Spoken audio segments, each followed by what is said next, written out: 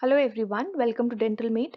Today we'll be talking about another applied anatomy of the brachial plexus, which is the Klumpke's paralysis. Klumpke's paralysis is named after Augusta Digerine Klumpke. It is also known as Klumpke's palsy or the Klumpke's Digerine Klumpke's palsy. Let's get started.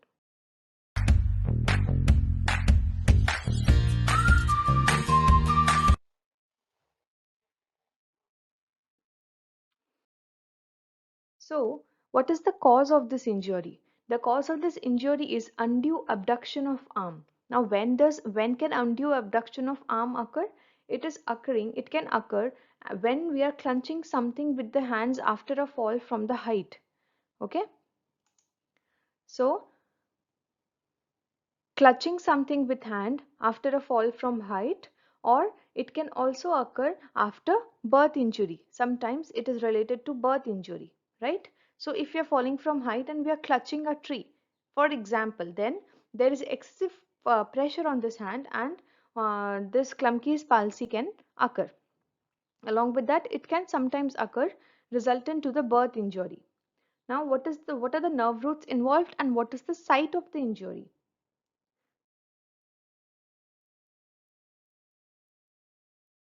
So this is the brachial plexus, which we have seen already. Here, what is the nerve roots are mainly T1 and partly C8. Okay, mainly T1 and partly C8. So what is the site? It is the lower trunk of the brachial plexus that is involved here. So lower trunk of the brachial plexus is involved, leading to Klumpke's paralysis. The nerve roots are mainly T1 and partly C8. Now, what are the muscles paralyzed? Because of the injury to T1, the intrinsic muscles of hands are paralyzed, and because of the injury to C8, the ulnar flexors of wrist and the fingers are paralyzed. So, in the Klumpke's paralysis, what is mostly seen is the deformity and hand position. See, claw hand is seen. It is because of the unopposed action of the long flexors and the extensors of the fingers. In claw hand, what is seen is there is hyperextension at the metacarpopharyngeal joints and flexion at the interpharyngeal joint. Okay, so we have the metacarpopharyngeal joint. Here there is hyperextension, it remains extended, whereas the interpharyngeal joints, they remain flexed. So claw hand is seen. This is also known as claw hand deformity. What are the disabilities seen? First, we saw there is claw hand present. After that, what else is seen here is cutaneous anesthesia and analgesia in a narrow zone along the ulnar border of the forearm and the hand. After that, Horner's syndrome is seen, which is associated with ptosis, meiosis, anhidrosis, anophthalmos, and loss of the cilia spinal reflex. After that, certain vasomotor changes are seen. The skin area with the sensory loss is warmer due to the arteriole because there is arteriolar dilation. It is also drier due to the absence of sweating as there is loss of the sympathetic activity. And certain trophic changes are seen, which is long-standing case of this paralysis. It leads to dry, that is, or scaly skin, and the nails crack easily with the atrophy of the pulp of the fingers.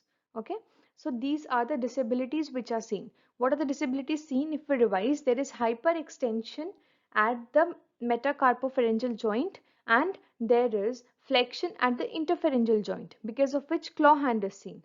After that, cutaneous anesthesia and analgesia is seen in a narrow zone along the ulnar border of the forearm and the hand.